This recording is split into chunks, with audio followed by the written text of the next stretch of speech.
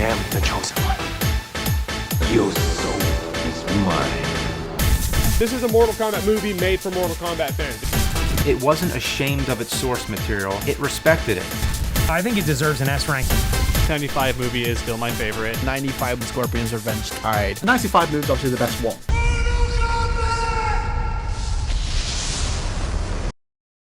Mortal Kombat is a 1995 martial arts film based on the video game franchise Mortal Kombat. Directed by Paul W.S. Anderson, a young aspiring director who has only done one film before this. I've always been interested, no matter what I've done, in making movies for young people. It's the market that I really like, it's the audience that I like, it's what I like to make movies that I grew up enjoying. And produced by Lawrence Kasanoff, who was also the producer of Terminator and True Lies. We had two main goals in making Mortal Kombat. We wanted to combine special effects and martial arts into a mythic story in a way that had never been done before. And our second goal was to have an absolute blast doing it and make a movie that everyone would have an absolute blast watching. The movie was a big hit back in the 90s. It has been a debate on whether it was a good video game movie for decades. Considering the laughable Street Fighter movie of last year and the even greater fiasco of the Super Mario Bros. Effort, we can only hope that when it opens next month, Mortal Kombat will prove that you can have a film based on a video game that isn't canon. And in today's video, I'm going to bully it. Just kidding. I quite like this movie if you couldn't tell from the title. I thought I'd take a nostalgic trip back in time to check out this ancient media that kickstarted this franchise. The stuff that worked and the stuff that's outdated. And stay tuned to the end of the video, where I reveal my true intentions as to why I've made this review. So let's bicycle kick right into Mortal Kombat 1995. We start the movie with Shang Tsung bitch slapping a child. I always love my morning cup of child abuse.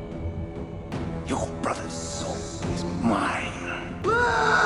Shang Tsung is played by Hiroyuki Tagawa, and his performance is so phenomenal that it scared the local children. Cary Tagawa was so absorbed in his role of Shang Tsung that local Thai children watching filming of the movie's opening scene became frightened and ran away. Then Liu Kang wakes up from this nightmare in his beautifully lit Matrix apartment. Liu Kang is played by Hong Kong martial artist action star Robin Shell. Liu Kang receives a letter that reads, "Brother dead. Return home. Grandfather." Boy, I'd love to receive a Hello Kitty postcard that wrote like that. Next we go to Hong Kong to check on Sonya Blade, played by American actress, model, and singer Bridget Wilson. The special forces are here to capture Kano, played by Trevor Goddard, and we almost had another 2021 Kano situation. We actually weren't gonna shoot his face to be half metal because we thought it would look like some other movies that Al and I have done. As we were designing the characters, we had little kids in, and they would see all the character designs and approve them, and when they saw Kano, the original Kano, without this metal faceplate, the kids started huffing and puffing like an exasperated bull and almost exploded, thinking that Kano wouldn't have a metal faceplate. They kept repeating it, Kano has a metal faceplate. So we changed back to the original design of the character from the game, and that's what you see here. Trust me, Sonya. I trust one person on this planet, Jax. You're talking to her. Sonya then starts moving through the crowd by punching them, not physically, but only by sound.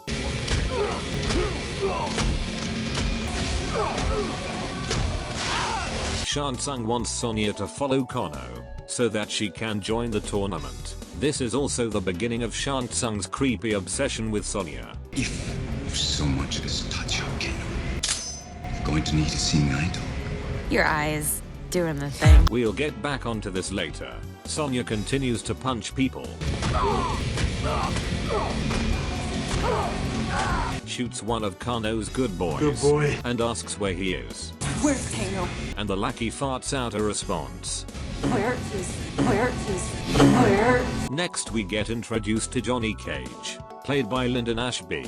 He's about to be attacked by a couple of thugs. I love this shot where the weapons they show get progressively more and more lethal. Let's dance. Let's dance!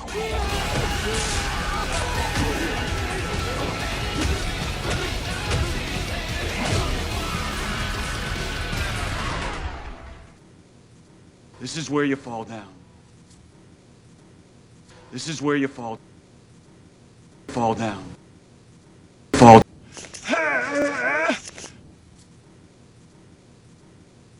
This is where you fall. Then it all turns out to be a movie set. And Johnny is pissed at the director. Fun fact, Steven Spielberg was actually supposed to make a cameo here, but due to scheduling issues he couldn't make it. However, they still got a look-alike for this part. The guy you're about to see clearly maybe looks like somebody who we won't mention. That actually, A director? Famous director? Also, shame on you the fourth snake, for getting something wrong about this fact. Supposedly, he was actually considered to direct the original movie. I made a severe and continuous lapse in my judgment, and I don't expect to be forgiven. I'm simply here to apologise. What we came across that day in the Living Forest was obviously unplanned.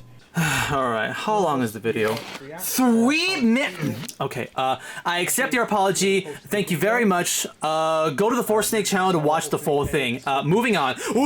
Johnny then meets up with Master Boyd, who suggests to join a fighting tournament to gain back his reputation. But of course, this is another one of Shang Tsung's manipulations. Next up, we see Liu Kang going back to his hometown, the Temple of Light. I guess calling it the Shaolin Temple wasn't cool enough. Also, this place is not filmed in China, but in Thailand. The interesting thing about Thailand was, other than the fact that it was beautiful and gorgeous, exactly what we imagined, what we thought up when we were writing the script, is here. I've never seen those temples put on film. I've never seen them done in a Western movie in the way we did them. And that's very exciting. Liu Kang meets his grandfather, where he explains his brother's death. What happened? After you left for America, he followed in your footsteps. So they don't really explain why Shang Tsung came here to fight Chan. But my theory is Shang came here to challenge the Chosen One. And Chan decided to face Shang in Liu Kang's place. Liu Kang decides to join the tournament to find his brother's killer. And this is where we get introduced to the Thunder God himself, Raiden, played by Christopher Lambert, who is probably the biggest actor in the cast, due to Highlander. When we first previewed the film, we actually heard people scream out Highlander, so they did recognize him. And his first line in this movie already hits home for Liu Kang. That's why you left the temple and ran away. The great tournament was too much responsibility, but vengeance, that's so much simpler. Raiden pinpoints exactly what Liu Kang's inner struggles are. Exactly what a good mentor would do. Then he embarrasses Liu Kang. Make me feel like shit. Liu Kang then doesn't care about getting his elder's approval and goes off to the tournament. Now let me pause this video and talk about racism. Yep. We're going there. In an article that came out in 2021, Mehcad Brooks, the actor who played Jax in MK 2021, talks about the whitewashing issues in MK 1995, where Christopher Lambert, a white male, is casted as a character who is depicted as Japanese. And now Mehcad's statement has painted the 95 movie as just another whitewashed property. Now you have Mortal Kombat, they got Asian people to be in it, unlike that 80s one where it's a bunch of white people, like Raiden's a white guy, and like here it's like I actually want to Asian see the people and they 90s speak one. Japanese and Chinese. Now to be fair, I agree with Mehcad's statement on this issue with many other movies. But I genuinely think Mortal Kombat 1995 does not fall into it.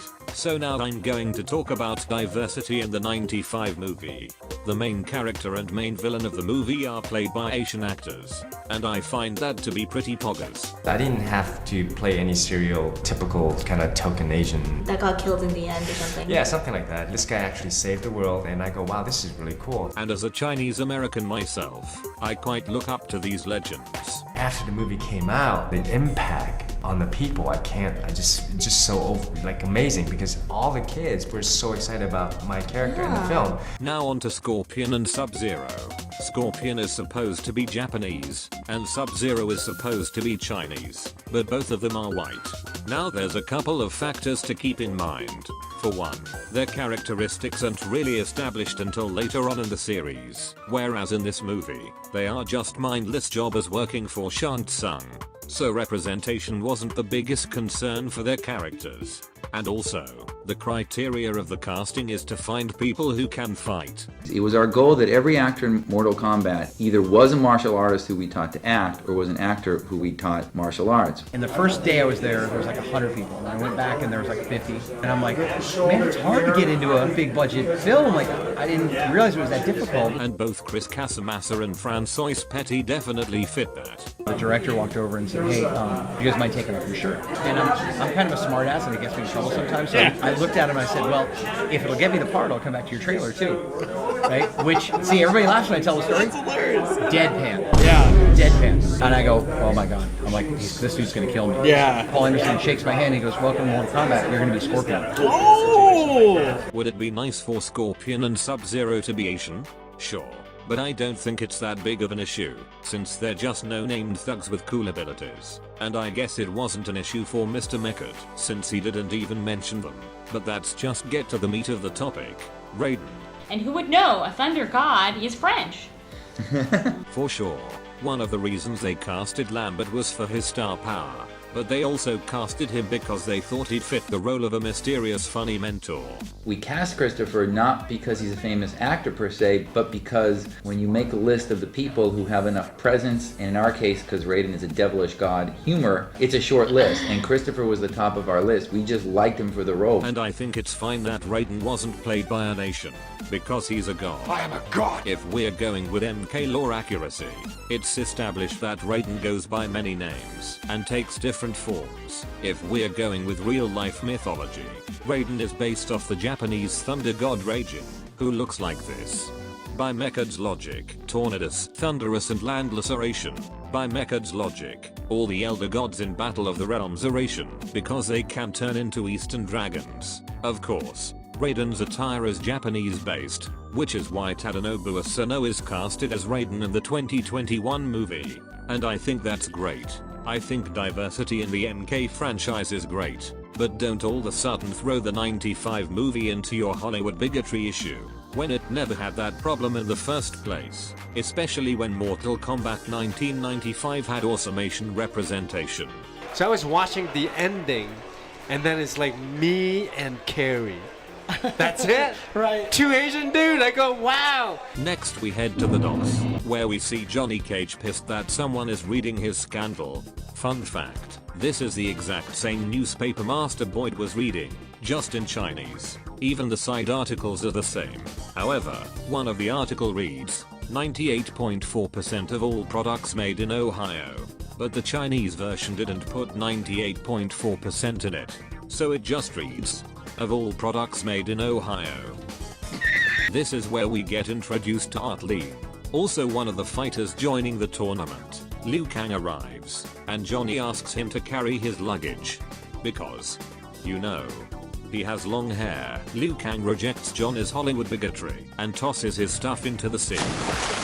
Bitch! We see Sonya and Jax looking for Kano, as a giant boat appears, which I must say, actually looks pretty great. And the whole thing is CG. The entire ghost ship is actually completely created in the computer. Kano appears, and Sonya goes after him onto the boat. Sonya, don't get on that thing. Hey, Sonya! I trust one person on this planet, Jax. You're talking to her. Then we see the three of our main characters interacting. Hey, you. Alright, tough guy, you wanna get out of my way? Just another starstruck fan, huh? Bitch! Well, that went well. Sonya continues to look for Kano, and she meets Shang Tsung. It's an honor to finally meet you, Sonya.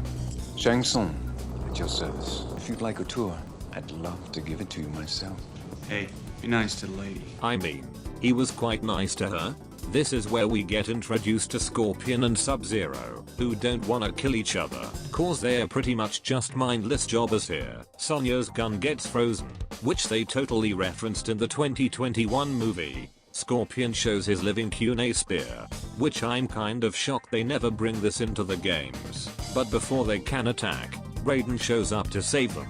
I personally think Raiden is extra protective now, because this was the same way Chan got killed. Raiden then takes our heroes to the top of the boat to explain what is going on here. You've been chosen to defend the realm of Earth in a tournament called Mortal Kombat. He said the thing, tournament to save the world, blah blah blah. You get the gist of it. Can you believe this legendary laugh was improvised? Christopher ad-libs a laugh in here. It completely sets the entire tone of his character. He is a thunder god. He is saying something incredibly important, but he's also devilish and he's funny. He has a sense of humor about it. Move. 9. Whatever you say, Jack. You're the master race. Can you still do the Raiden laugh?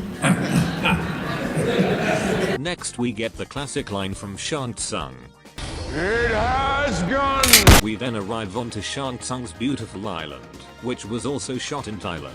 Struck by the haunting beauty of the remote beaches in the Thai region of Krabi, where they filmed the scenes on Shang Tsung's island, oddly shaped limestone spires jutting out of the sea hundreds of feet into the air near Krabi made it clear to producers they had discovered a unique location. They take small boats to get onto the island. And this is where we get the best joke in the movie. Jax, this is Sonya. Do you copy? While you're at it, why don't you call my agent? Do I look like your secretary? Where the hell are we? Do I look like your travel agent? Fine. Now I'd like to take some time to talk about Chinese Mortal Kombat titles. In the movie, the invitation Johnny received reads, 生死搏斗, which roughly translates to, the battle of life and death. However, later on in the movie, the flags on the beach read, 致命格斗, which means deadly brawl. So that's two different names in the same movie. But we're not done yet. But I'm not done yet! In Scorpion's Revenge, they reference the invitation in the 95 movie, and it reads, 凡人战斗, which roughly means normal person battle. It's weird, but I think it's because the word mortal can mean person in Chinese. Because if you can die, then you're just a regular person. Now on to the actual Chinese title. 真人快打, is the official translation for Mortal Kombat, and it means real person combat. Definitely the worst out of the bunch. My guess as to why it's called this is because the original Mortal Kombat was shot with real people, or like Scorpion's Revenge, real person equals mortal. And we're still not done yet. Back when this movie came out, the Chinese title was 格斗之王, which literally means King of Fighters, and the Taiwanese title is 魔宫帝国, 帝国 means empire, and 魔宫 isn't a real word, but if I had to try, it would mean Demon King Palace. Demon King is kinda used as a final boss kind of deal, and the word palace is used here probably because of Shang Tsung's island, but mainly it's called this because 魔宫 sounds like mortal. Wow! So the full translation is Demon King Palace Empire. This is terrible. And there you have it. 6 different Mortal Kombat titles. Tell me what your favorite one is. I still hate the one we currently have. Hi, Sonic from the future here. I'm literally just about to finish making this video, but then I came across something quite interesting on YouTube. I was watching a video talking about the history of video game movies, and then I came across this!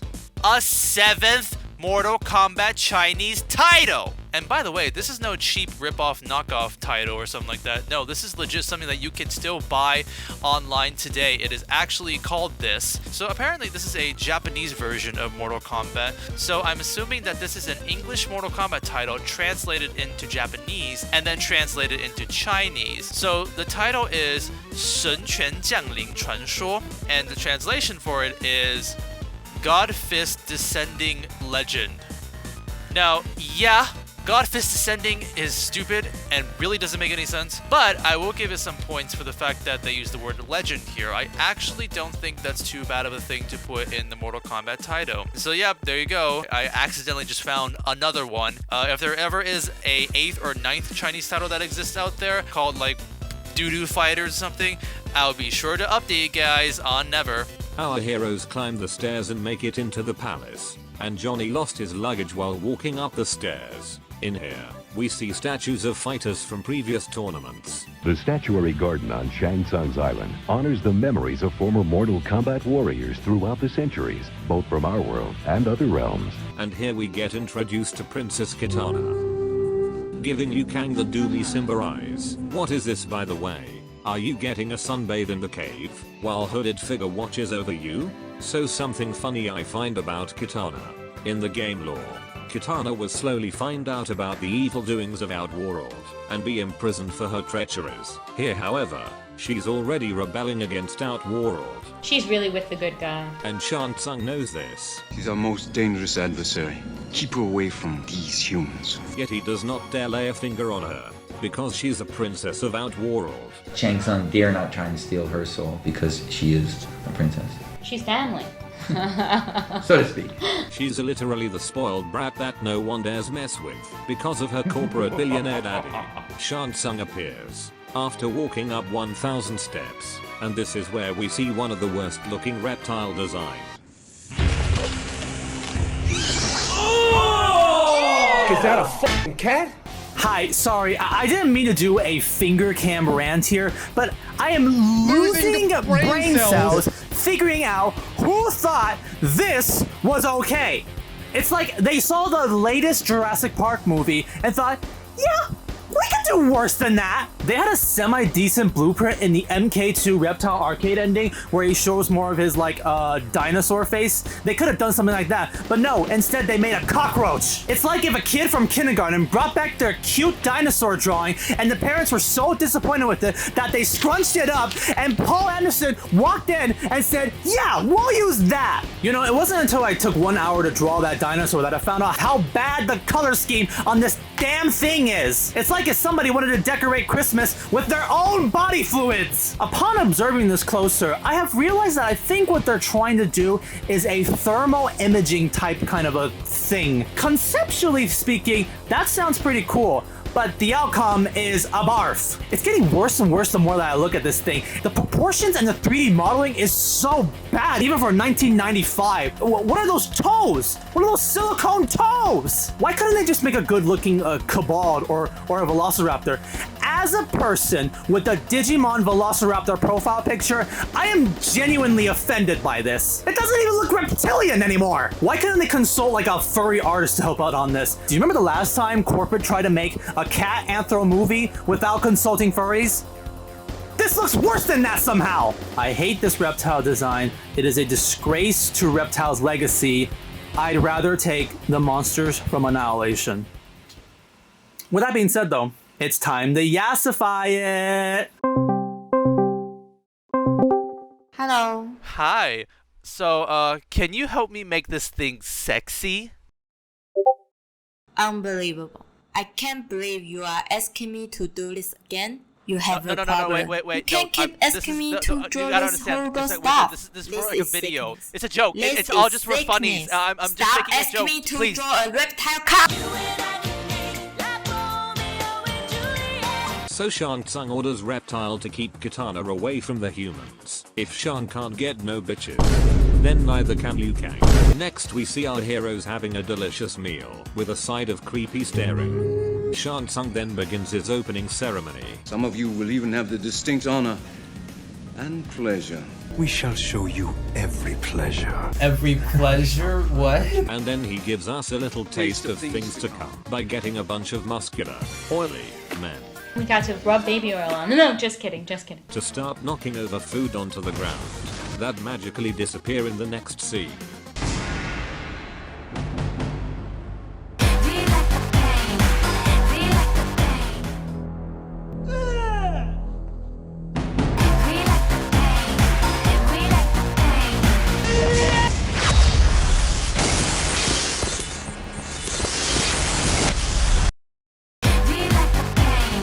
Poor Dad guy. knew Must have for the lost other his guy. head. Huh.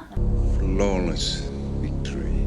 Ah, chills. Literal chills. Our gang decide to follow Shang Tsung to get more information, and they see Kano chatting with the champion of Mortal Kombat, Goro, voiced by Kevin Michael Richardson, who voiced many of your favorite characters, and even reprised his role in Scorpion's Revenge. I'm half and half with Goro.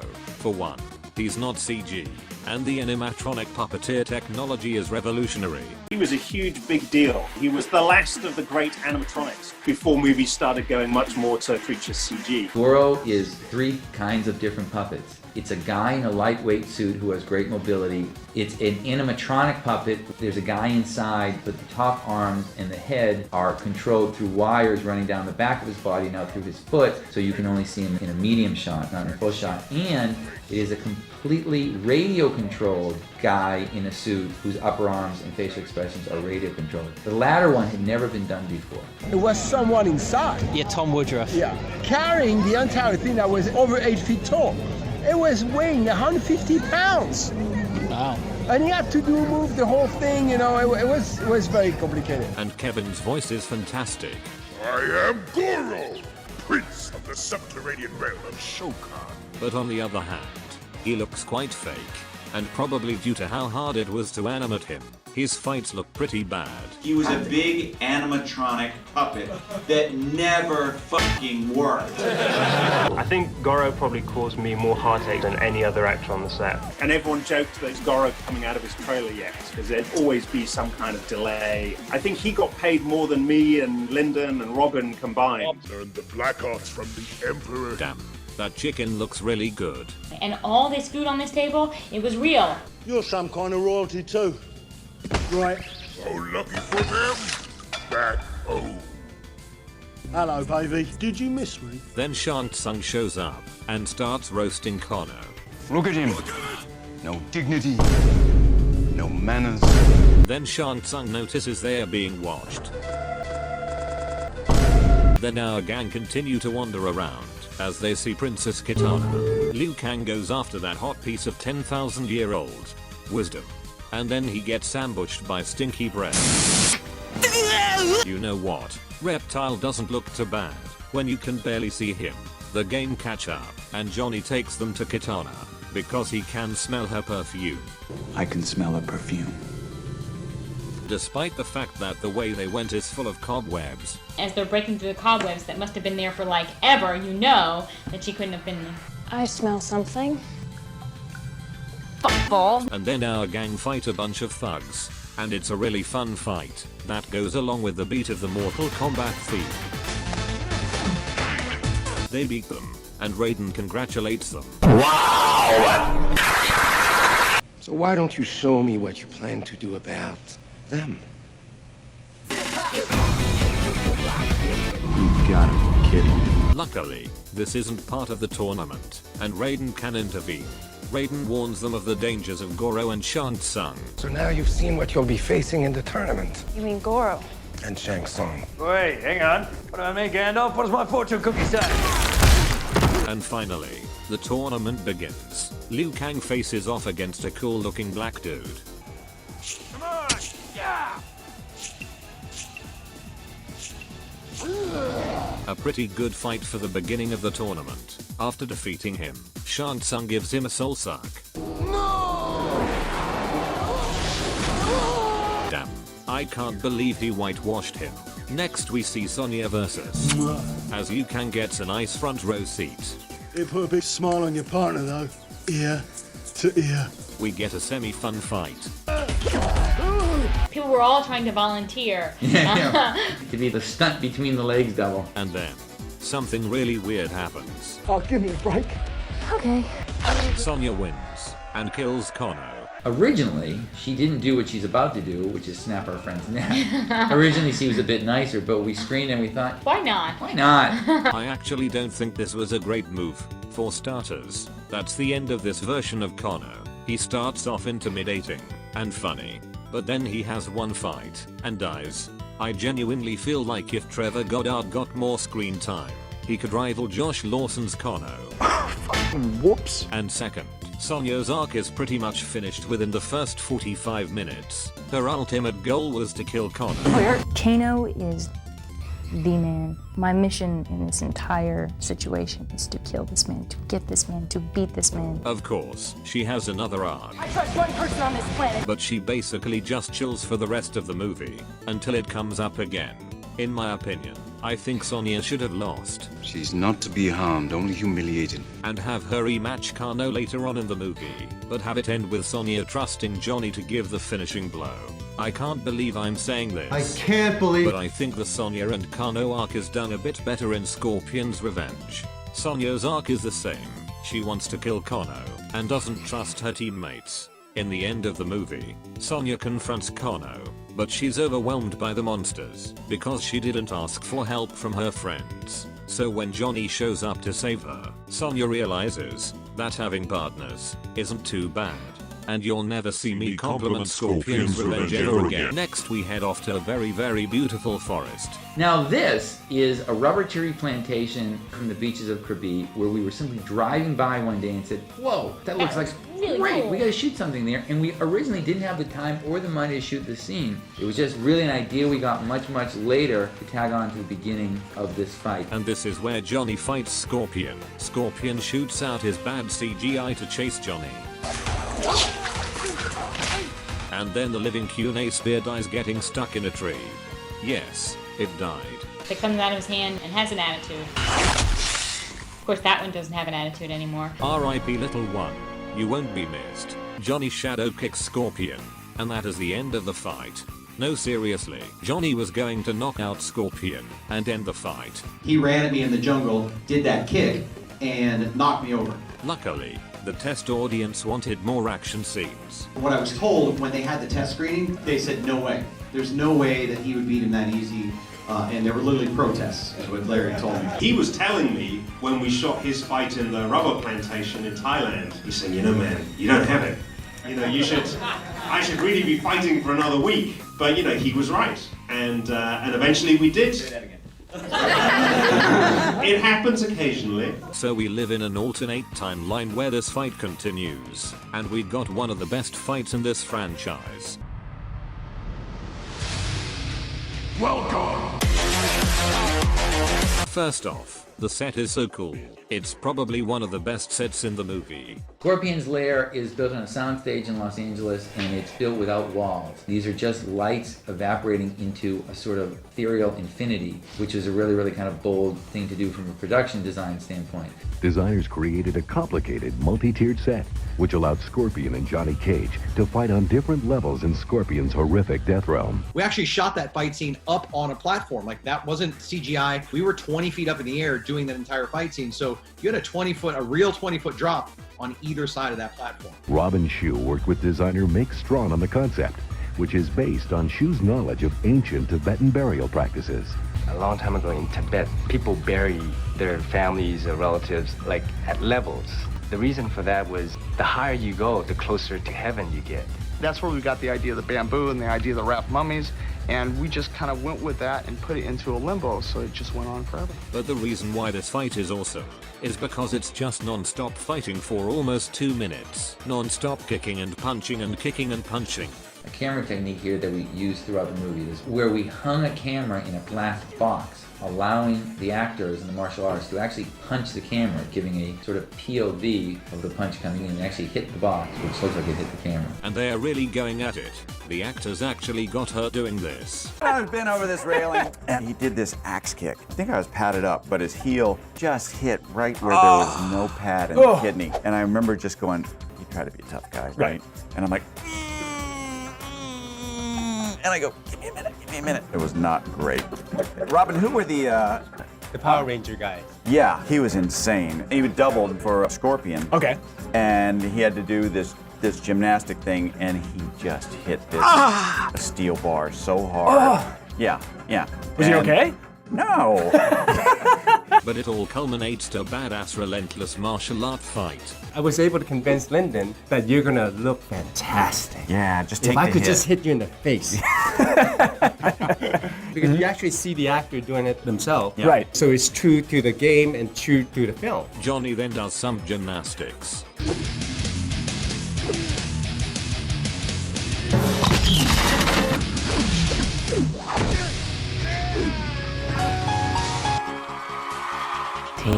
Great job, Johnny. You got the high ground. Now what? No, seriously, what's the plan? Why did you go up there? Get down here!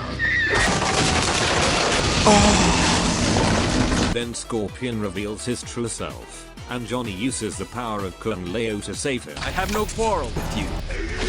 I now have a quarrel with you. and slashes Scorpion. Sub-Zero should have spanked you more. Then we get a Michael Bay explosion.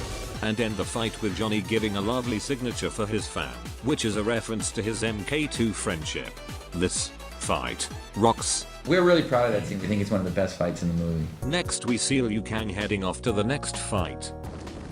No manners. This whole island is full of people wasting food. He faces Katana. She always gets whistles when she walks out. They don't really fight. It's more of a back and forth dance, with Katana giving some obscure hints. If you won't fight with all of your heart, there is no hope.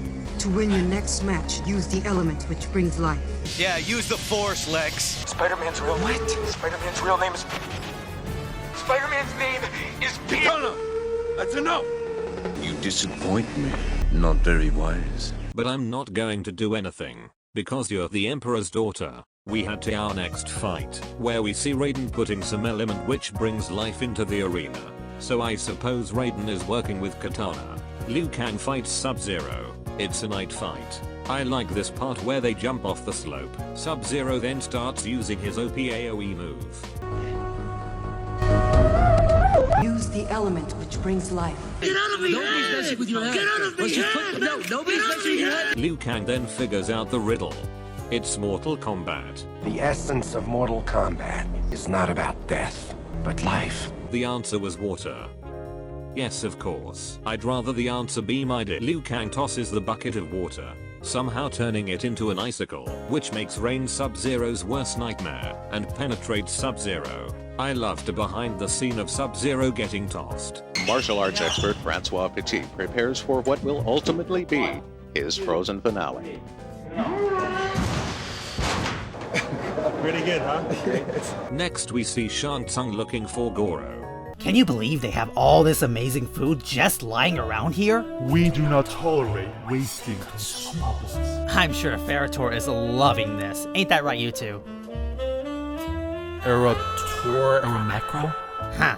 I could have sworn there was more people here. Reptile! Yo, Master Shang! You're supposed to be spying on Katana. And what are you doing here, Ermac? Can't the dude just chill here? Oh, come on. What is she gonna do? Stare her way to victory? She gave Liu Kang a hint, and now Sub-Zero is dead. Yeah, well, if I were fighting, and I saw a bucket of water, I'd throw that shit too! Do not disobey me, you imbecile! Okay, fine, jeez. And revert back to your centipede form. You're not supposed to show your... Yeah, for some reason, he doesn't know that I'm a xenomorph. Do it! Aye aye, Captain.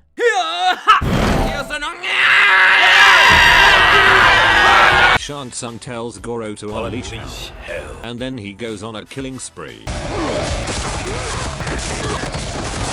Next we see Jax going up against Goro. Oh my bad, I meant Artleen. I must have gotten it confused, cause some bozo put this fight on YouTube and titled it Goro vs Jax, with almost 800,000 views, and after 6 years still hasn't corrected it. You disappoint me. And because it's Goro, I'm half and half with this fight again. On one hand, Kevin Michael Richards' screams are really powerful, and Goro's figure looks big and threatening. But on the other hand, some of Goro's punches look really fake. They're not even making contact. Again, I'm sure this is due to how difficult Goro was to film. There was no prima donna moment No, there's at all. not one actor. Let's talk about Goro a little bit. He would get hot, and he'd get stuck, and he would and he'd lock up. There's no prima donnas, but it sounds like Goro was kind of a prima donna, frankly. Yeah. Which is probably why they have a lot of jump cuts to hide the impact. Overall, it's still fun, but it's a lot worse compared to the other fights.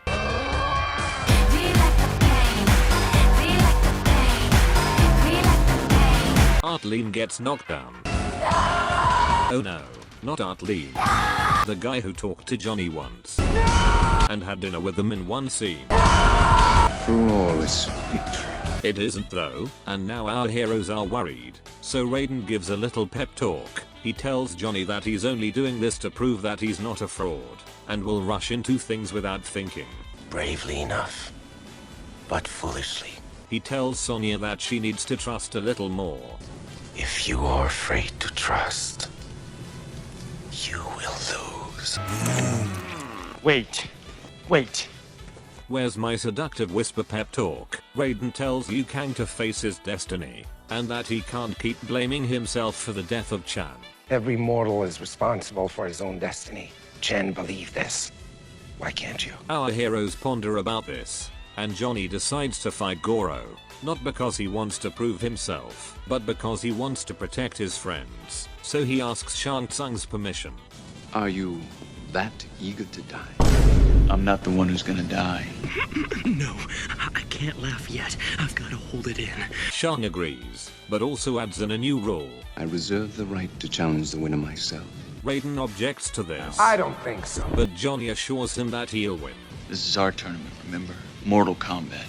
We fight it. And Raiden breathes a smile of relief, because now he's sure Johnny is prepared. Because all about Mortal Kombat and all about humanity is the theme that humans are supposed to think for themselves. And boy, are we philosophical! Oh my god! Then we get the fight, as Goro steps into the ring. Look at him! He's alright, I guess. Apparently, if you look closely, you can see Uncaged Games making a cameo. I can't see.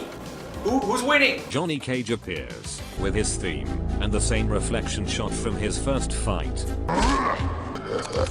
Luckily, Johnny always has extras. I'm so bored. Oh my gosh, it's Mr. Tagawa. This guy really doesn't want to be here. Lady, shut the fuck. And the fight begins. Let's dance. Let's dance.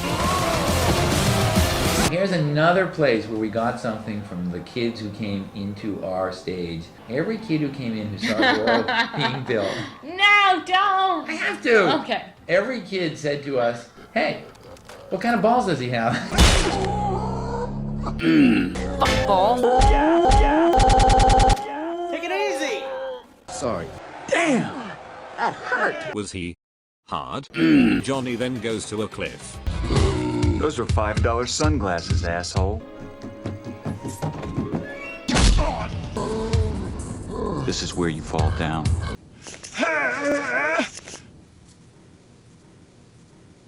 So long, Bowser. So this is one of the weaker fights, if you can even call it that, but I'm fine with it.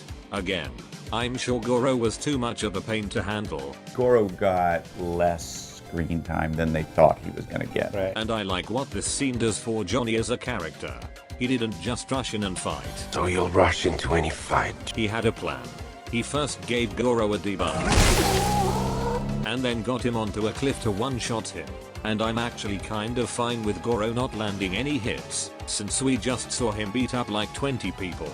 Shang Tsung takes Sonya, and chooses to fight her as the final fighter. Then he goes to Outworld, where Raiden cannot follow. Liu Kang and Johnny Cage go and save her. In Outworld, if you look hard enough, you will find another guide. I guess Raiden and Kitana are working together. Next we see Outworld, a dark and never-ending wasteland. The crew built huge gargoyle statues and shattered stone heads throughout the devastated ruins. Experimental lighting techniques completed the strategy. The MK franchise loved Purple Outworld so much that they referenced it a bunch of times in the series. I don't know, I expected the sky to be purple or something. Don't believe everything you see online. Liu Kang noticed that they are being followed, and learns from his past experience. Grabs invisible Reptile. I actually have to grab something that is not there. How should I react to it? Well, Robin, just grab him and throw him. It's snapping at your face. You're terrified. And, it's easy for me to say that, and then they have to do it. And you have to do it. Throws him to the ground, and curb stomps him. No, seriously, that was how it was going to end. But luckily, we live in an alternate universe where we got more. Then we tested the movie that we shot, and we were told by the first test audience we didn't have enough action. So we ended up shooting 2 extra scenes, which was the Johnny Cage Scorpion fight and the Liu Kang Reptile fight. They're some of the best fights in the movie because they were the ones that we got to spend the most time and money on, because the audience had told us to go away and do it. Reptile gets tossed into a soul-sucking gargoyle. So now the idea is that when he gets into this gargoyle, the gargoyle which absorbs life, it animates and brings to life the gargoyle as the gargoyle morphs and absorbs him, and the gargoyle turns into Reptile. MK logic, just roll with it. And then we get the best fight in the whole entire movie. This is a 3-minute action-packed music video, the banger song being played is titled Control. by Tracy Lords, from her debut album 1000 Fires. The song was so successful, they sold the instrumental version to the Mortal Kombat film. That's right, there is a lyric version. Apparently, the song is reflecting about drug abuse, but in this movie, I think it's about Reptile getting his new body.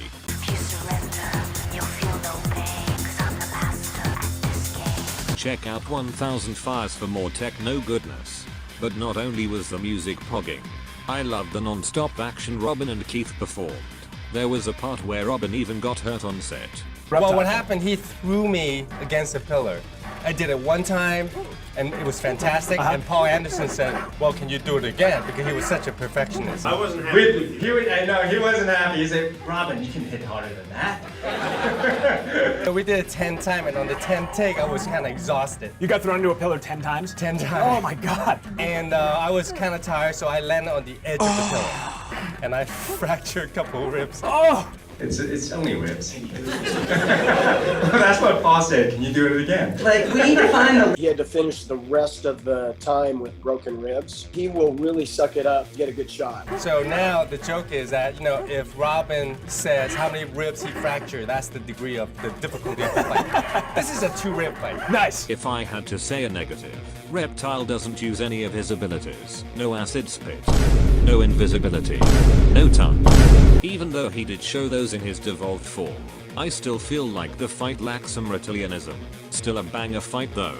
We now have the trifecta Reptile fights in each movie. The 95 having the best fight, the 2021 having the best ability showcase, Scorpion's Revenge having a bit of both, and the best design. Reptile gets defeated, and the gargoyle spits him out. Liu Kang then gives Reptile a nice massage with his foot. Oh yeah, oh Lord. Kitana shows up because Reptile is defeated. But now she can be with him because they've taken away the spy. Liu has killed the spy, and now she's telling him what he's gonna face. I mean, if Shang Tsung doesn't dare lay a finger onto Kitana, I don't think Reptile would. Stay where you are! Oh, Princess Kitana. I had orders not to let the humans... Yes, but Master Shang Tsung said to... Okay, I'll leave. Say by the way, where was Johnny Cage this whole time? Where the hell was Johnny? What were you doing? Yeah, dude, you didn't even have his back. His kidneys hurt. So yeah, we're walking, and it's like, do you hear it? I'm like, what, or whatever, and then I think I was in Fontana, and he was on a set in Van Nuys Airport, so I couldn't get there. I don't know. I was watching this time. It never bothered me before. Tonight, I'm like, geez, I didn't really have his back, did I? I'm like, you go get him. You got it. Kitana explains how her world was taken by Outworld. It was beautiful once, before Shang Tsung engineered its destruction. And finally, she gives some useful tips. You must face your enemy, you must face yourself, and you must face your worst fear. We head to the tower, where Sonya is chained up. Sonya, my sweet Sonya. I really don't understand why they gave Shang Tsung this creepy flirtatious side. And if you'd like a tour, I'd love to give it to you myself. I have something you want very much. You can thank me later. I have plans for my beautiful Sonya. We know he wants to suck Sonya's soul because she's strong. Shang Tsung needs to lure the world's best warriors to Mortal Kombat. That's why he does what he does in the beginning. He needs to get them there because only by taking their souls can he win Earth. But why is he so frisky? I mean, I guess she is Miss Teen USA, am I right? Ha ha ha ha ha ha ha. Shang Tsung asks her one last time to fight. Go to hell. My friends will come. And thus, this concludes Sonya's arc. It turns out the gang were here all along. Liu Kang challenges Shang Tsung to Mortal Kombat. Coming up is my favorite scene in the movie, when Robin takes his, you know. Oh, exactly. And we get the Mortal Kombat theme one last time. Guys only want one thing. and it's to have the Mortal Kombat theme in the fucking Mortal Kombat movie. You disappoint me. They spar for a bit. Now Shang's realizing, wait a minute. The only drop of blood in the movie, by the way. Shang Tsung then summons his enslaved warriors. These are enslaved warriors within Shang Tsung, as you're about to see, in plants to surround him. And since these guys are more of illusions created by Shang Tsung, what's inside of him, he's able to vanquish them by not being scared and by facing his fear. Oh yeah, these are totally Shang Tsung's soul warriors. Totally not just thugs he had placed there to help him. Definitely just illusions. Wink wink. After defeating them, Liu Kang faces Shang Tsung one last time. And now I'm going to bring out the finger cam. Hey y'all, the finger cam rant is back, except this time it's not the finger cam rant, it's the finger cam love. Salam heyo! So I thought I'd dedicate this moment to really express how I feel about Liu Kang's character and his whole arc in general, because in my opinion, I think they handled it very great. So the very TLDR version of Liu Kang's arc is he needs to save the world, and he needs to stop being so fixated on revenge. That's the very simplified version of it. However, I think there is much more things to digest, so let's just start breaking it down. For starters, his revenge arc. From the very beginning of the movie, you can tell that the only reason he wanted to join the tournament was to get revenge. I want to represent the Order of Light at the tournament. For what reason? The man who killed my brother will be there. But there is a little bit more to that. Later on, Raiden shows up and tells Liu Kang that he fled to America because joining the tournament and representing Earthrealm was too much responsibility for him. That's why you left the temple and ran away. The great tournament was too much responsibility. Which is why Liu Kang blames himself for the death of Chan, because he ran away and he was not here to save Chan. You already fled it once when you went to America. It has brought you guilt for the death of your brother. So while his motive is revenge, it's actually more upon seeking redemption for Chan's death because he could not forgive himself for letting Chan die to Shang Tsung. And then the other side of his arc is the whole destiny thing. Ooh. Now, I'm not a really big fan of the it is written, only Link can defeat Ganon. The kind of like, oh, it's fated that you're the chosen one, so you're gonna win kind of a plot line. He is the chosen one. But again, there is much more to this. And it's when Raiden says to Liu Kang, every mortal is responsible for their own destiny. Every mortal is responsible for his own destiny. Which essentially just boils down to you are responsible for your own decisions. While yes, it might have been prophesied that maybe Liu Kang was going to win the tournament and stuff like that, but at the end of the day, he has to decide that for himself. Mortal Kombat is mortal men and women defending their own realms. Mortal men and women defending your own world. Because all about Mortal Kombat and all about humanity is the theme that humans are supposed to think for themselves. He needs to choose to go down this path and not the path of revenge. Basically, throughout the movie, it's a balance between these two arcs and Liu Kang struggling which one he wants. Does he want to avenge his brother or does he want to save the world? And it all culminates beautifully at the very end of the movie when Liu Kang confronts Shang Tsung. In my opinion, I think Liu fighting Shang wasn't even the hard part for himself. I think the hardest thing for him was when Shang Tsung turned into Chan. Liu Kang had to confront the man that he believed he killed. And this is where both of Liu Kang's inner struggles really clash. Now, I've heard some arguments saying that how can Liu Kang be tricked so easily? Like, Shang Tsung literally changes in front of him. But to me at least, I think emotionally speaking, this is his worst fear. Face your worst fear. Like, this is one of the most important person in his life. And of course, he wasn't completely buying it too. Even he had his doubts. But then Shang Tsung says the promise he made.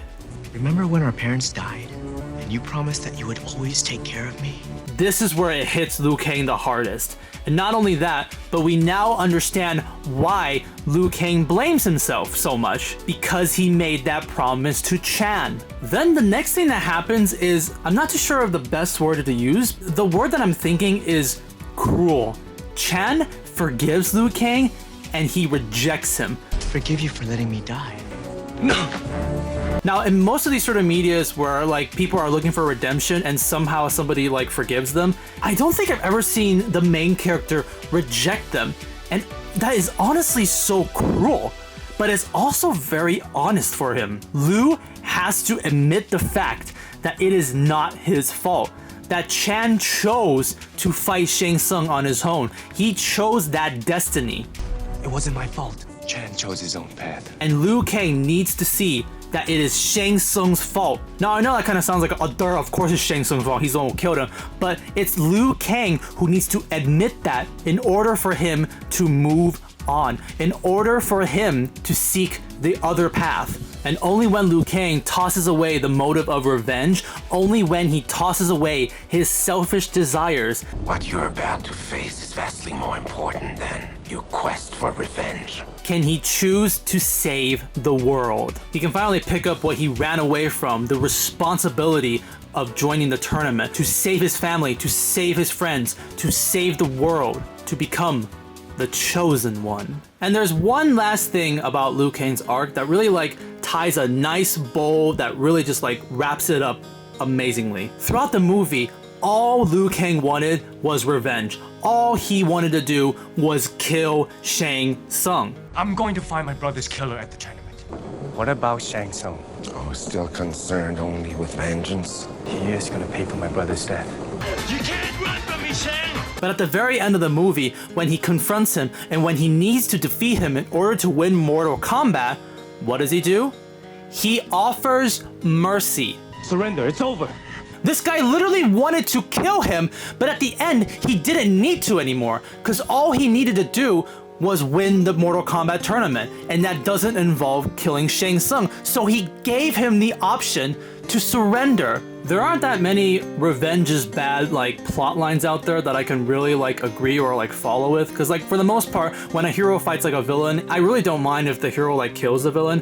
Like I like Batman, but my goodness, he really needs to kill some of those villains for some of the horrible things that they've done. The ones I can think of at the top of my head are like Katara from Avatar and like Roy Mustang from Fullmetal Alchemist. And in this movie, Liu Kang offering mercy, like, is absolutely amazing. It concludes this character's arc amazingly. It conveys to me that he has grown throughout the story of the movie. And I actually like felt something while watching it. I felt, wow, I really liked how they handled Liu Kang in this movie. And that is why I like Liu Kang from this movie. Of course, I could be talking out of my ass. Maybe the creators didn't even intend a lot of these sort of things, but I genuinely loved Liu Kang's arc throughout this movie. And I also believe that this is, in my opinion, the best depiction of Liu Kang in all of Mortal Kombat media. It's funny to say that because Chan, his brother, is literally a made-up character for this movie for his motivation.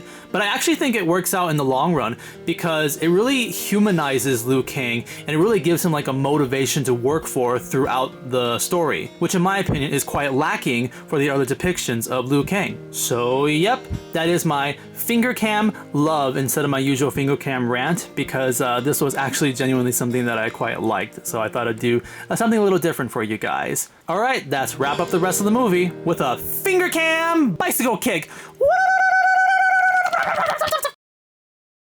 We continue the fight. Yo, my! All those souls and you still don't have one of your own. And Liu Kang gives the final blow to finish him. And in the end, Shang Tsung died. With no bitches. Flawless victory. No, it's not. Shut up. And our heroes save the day. So overall, this fight was mid. I was hoping to see an epic showdown between Liu Kang and Shang Tsung, but they only fight for 1 minute. Then he fights the enslaved warriors for a minute, and then the rest of it is just a philosophical battle. It's kinda disappointing for a final fight. We did some polls on our social platforms. Which fight scene was your favorite from Mortal Kombat? Johnny Cage versus Goro or Liu Kang versus Shang Tsung? Who do you think our fans hold as their favorite? Goro and Johnny Cage. Yes. Yes. You guys are right. Johnny Cage versus Goro was 54%. And that fight only contained a nut punch and a trip. With all that being said though, I still really like this fight for what it does for Liu Kang's character. The conclusion for his arc is amazing. This again is a bit of a risk because at the end of an action movie to have a kind of tender scene sometimes doesn't work, but we were really, really passionate about keeping it because it's the heart and soul of the movie, and it actually did work, and we found that the test audiences liked it, much to our delight. And it allows Liu Kang to come full circle, which we felt was very important. We come back to the Temple of Light, where we see Raiden waiting for them. I've been waiting for you. What took you so long? Oh, I don't know. Maybe it's cause they had to take a fucking boat back to Hong Kong. Our heroes celebrate their victory, but then terror emerges. Weak, pathetic fools. I've come for your souls. I don't think so. And then the movie ends with the theme of Mortal Kombat, because Daddy Paul loves the MK fans. How could this be? Because they've won Mortal Kombat. How could Shao Kahn, the Emperor, be on Earth? Might you need to find the answer to that in Mortal Kombat 2, the sequel? Now on to my final review. Let me start by talking about some negatives. The CGI effects are really outdated. I'm sure it was revolutionary back then. Because of our goal to show you what these characters are experiencing, we needed best effects in the world. But looking at it nowadays, age like fine milk, the only effects I thought that were good was the boat and the morphing effect, especially when Master Boyd turned into Shang Tsung. They weren't lying when they said, awesome morphing sequences. The villains were great, but the ninjas kind of got their personalities shafted. Scorpion, Sub-Zero and Reptile are nothing but mindless slaves working for Shang Tsung.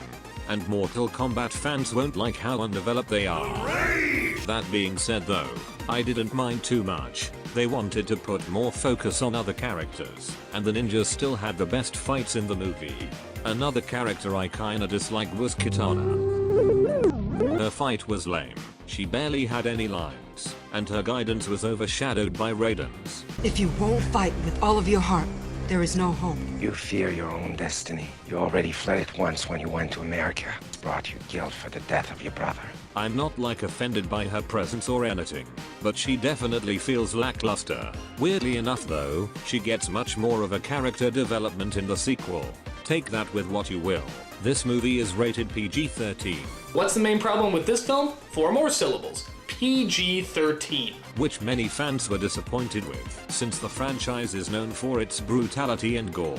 We had a big challenge in Mortal Kombat because we wanted to make the movie as cool and as edgy as it could be, but we wanted to also not show the graphic violence from the game's finishing moves. Whose exact decision was that?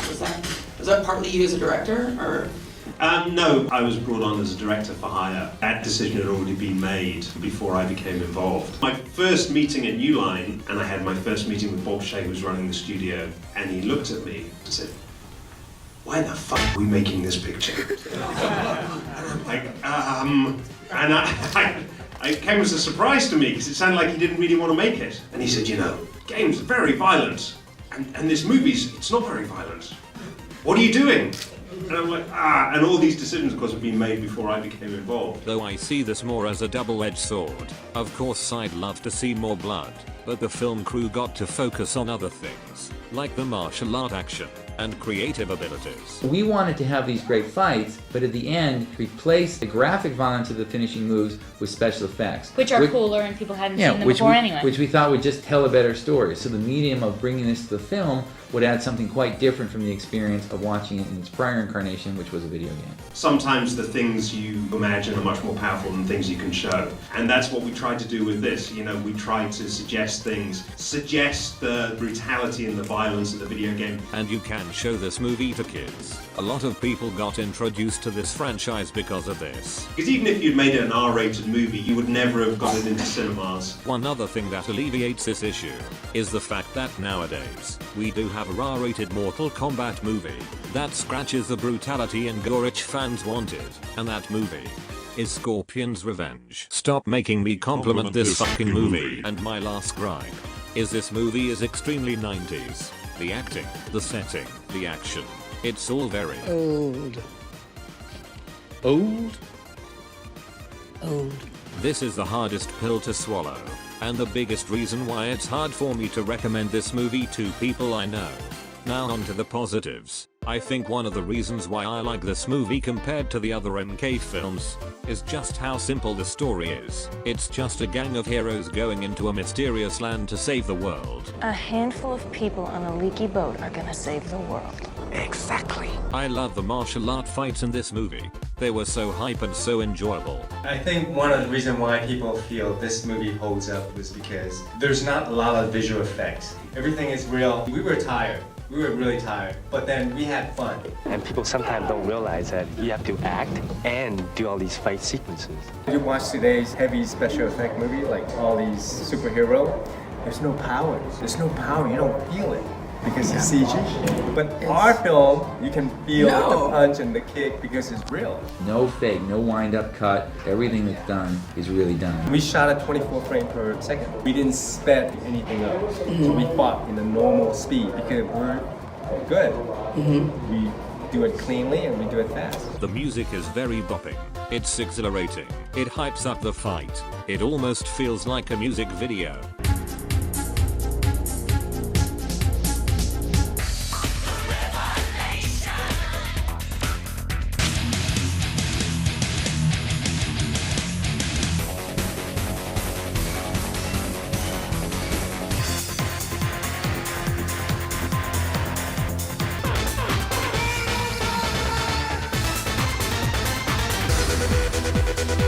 The soundtrack won the BMI Film and TV Awards, went platinum in less than a year, and it's included in the 2011 Guinness World Records Gamers Edition as the most successful video game spin-off soundtrack album. Really upbeat, driving metal kind of music. You couldn't sit still when you heard the music. And it matched the action so well that I think it just became like an anthem. The sets are magical. Shang Tsung's island really feels like a mystical place that has been lost to time, and I would love to go there for a vacation. Not a bad place to get an Outworld burger. As long as I don't have to fight in a death tournament. Other sets I liked are Goro's throne room, Scorpion's lair, and the Outworld tower. The lighting is used very creatively.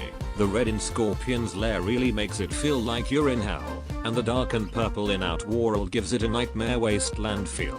The lighting job was so massive it could be seen for miles and spooked a few pilots at the nearby Ontario airport. It was so spectacular that pilots landing at night when we were shooting over there were asking the tower if they were still on Earth. They were scared. They were freaked. Like, what is this? What is this? The characters. I like the lot of them. Raiden, Sonya, Johnny Cage, Kono, and the legendary Shang Tsung. After 2 decades, there still isn't anyone that comes close to how great Hiroyuki Tagore portrays him. Other than himself, of course. His acting and portrayal of this character is staggering.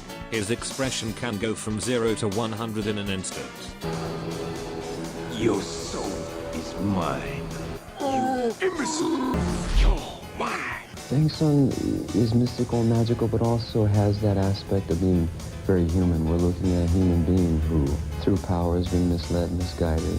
And to have played a character, been in a movie that has affected this generation in a certain section so heavily was quite a phenomenon. A bit off topic, and a bit of a hot take. I actually liked him more in Mortal Kombat Aftermath.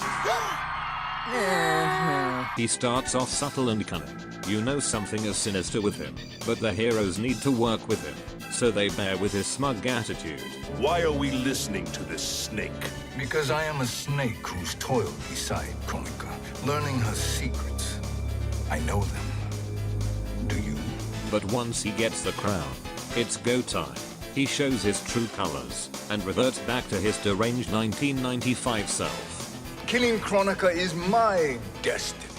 Yours is to serve me, my obedient subjects. In my new era.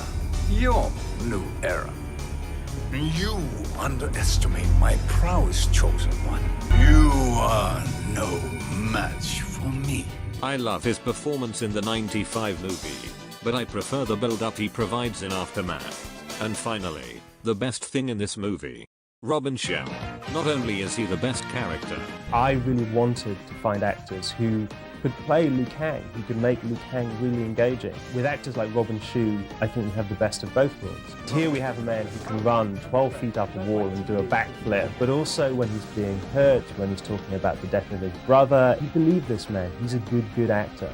And I think the combination of great acting and fantastic martial arts, that's the recipe for a really strong film. This sounds really lame. I'm glad you got the part. Aw. I am.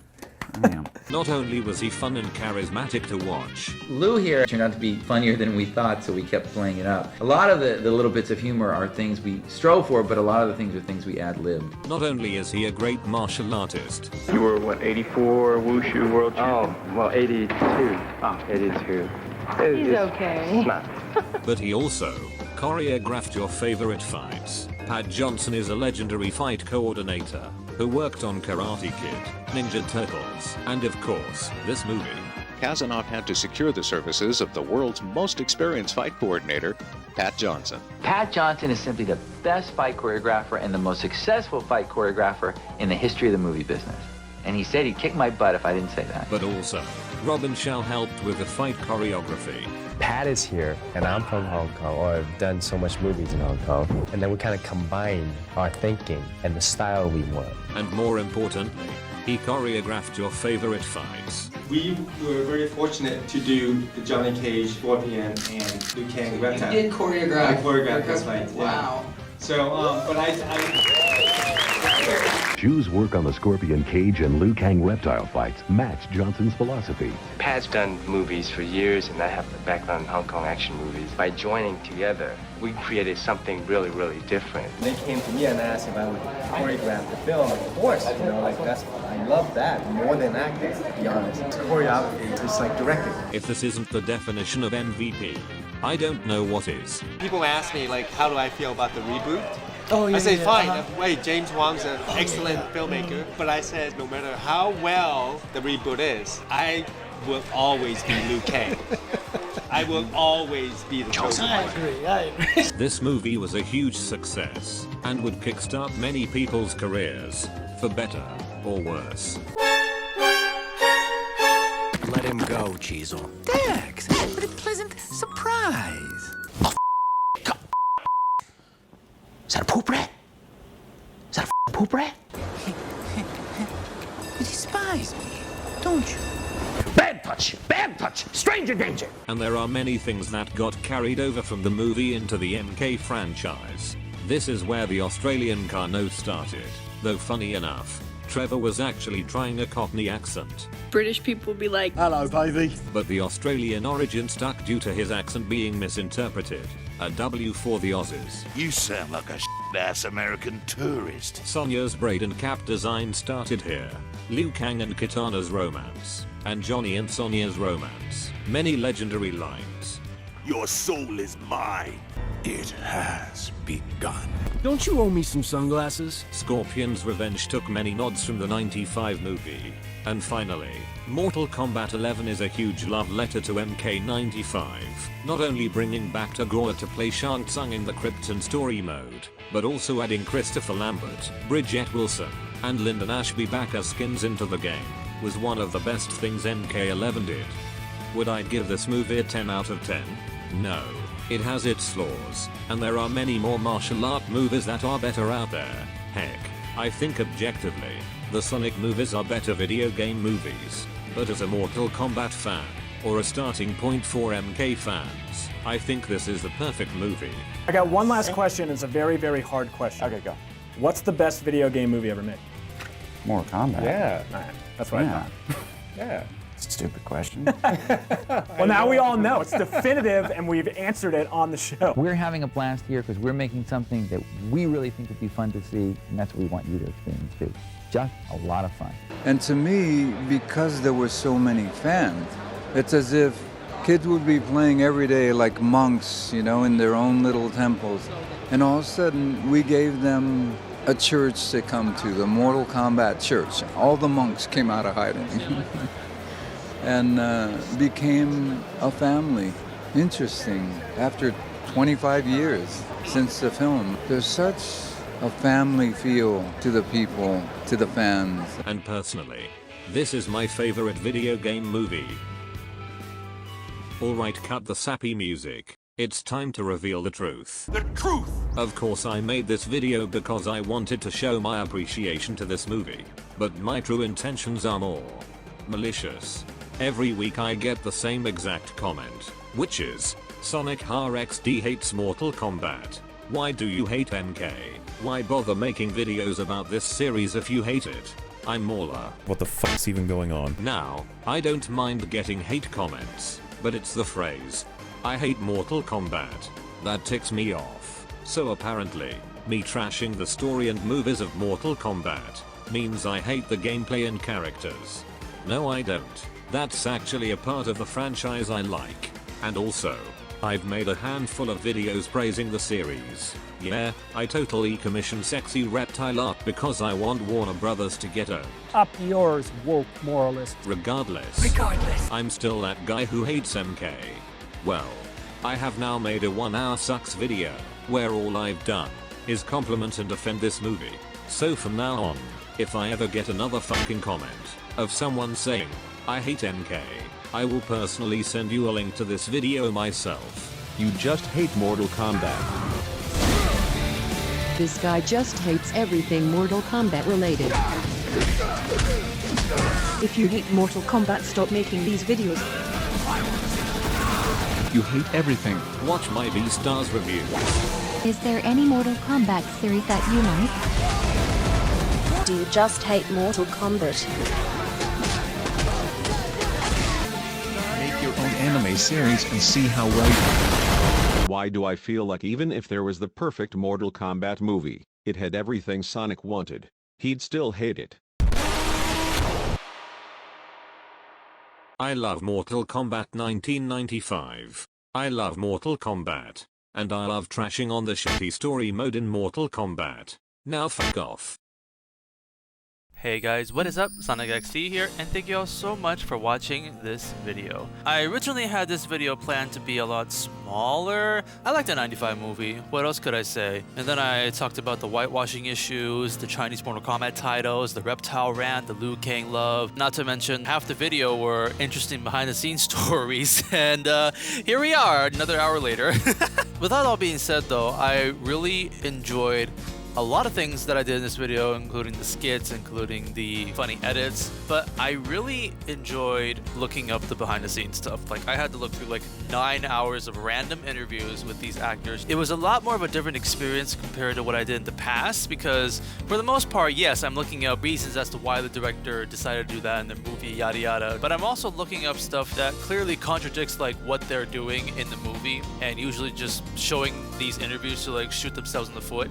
You can see that a lot in my 2021 movie review, and it's a lot of fun. It's really funny, but this time it genuinely is just a lot of interesting stories and a lot of love for the movie. I hope you guys like that. I personally do, but I'm really not too sure if you guys enjoyed the behind the scenes shenanigans, but it was a fresh new take for me. Now for some thanks that I'd like to give in this video. I'd like to thank BK Hat, not only for drawing the amazing commissions for this video, but also doing that little skit with me, kink shaming my reptile fetish. I'd like to thank Mythix. Thank you for the awesome commission you drew for me. I love these expressions and I can't wait to use these as stickers. I'd like to thank The Forest Snake. Thank you for making another cameo in my video. Sorry I had to cut you short. I highly recommend watching the full thing. It has a lot of funny references and it gets more and more funny as the video goes on, so check it out. And lastly, I'd like to thank my members who decided to donate some money for me. Special thanks to my $10 members, Plushtown, Matt, Trevor Sumner, and Sayashi Suyu.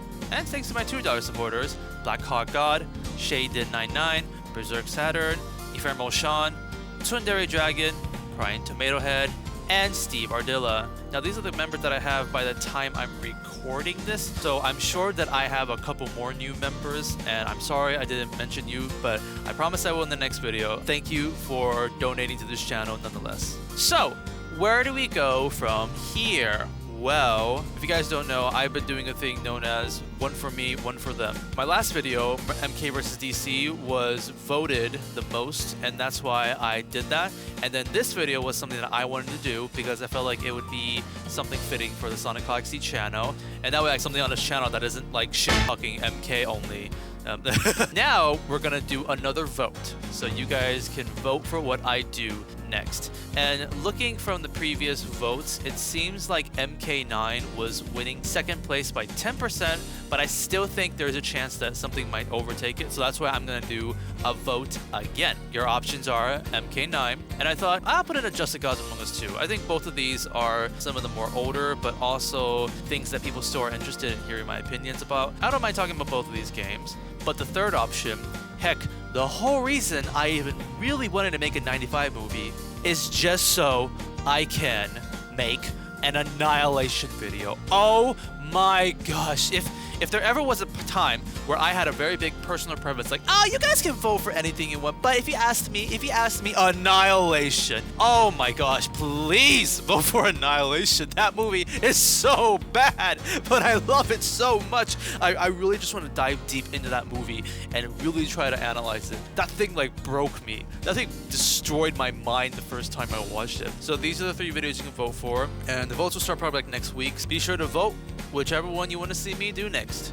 Please pick Annihilation. So I'd like to close this off by talking about some other things that I've done. So I recently helped my brother with his music video. I basically edited the whole thing for him, so I would really appreciate you guys checking it out.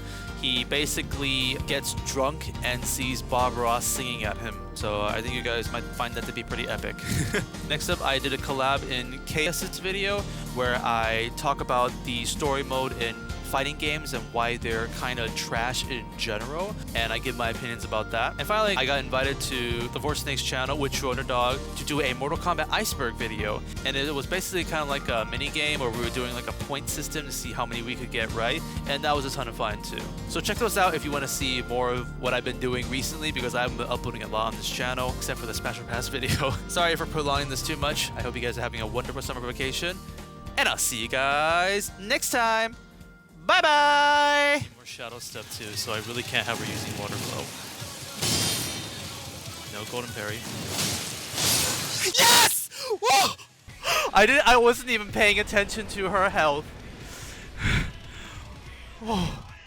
Blood! Shit! Shut up, Melania, you're dead. Shut up! Shut up!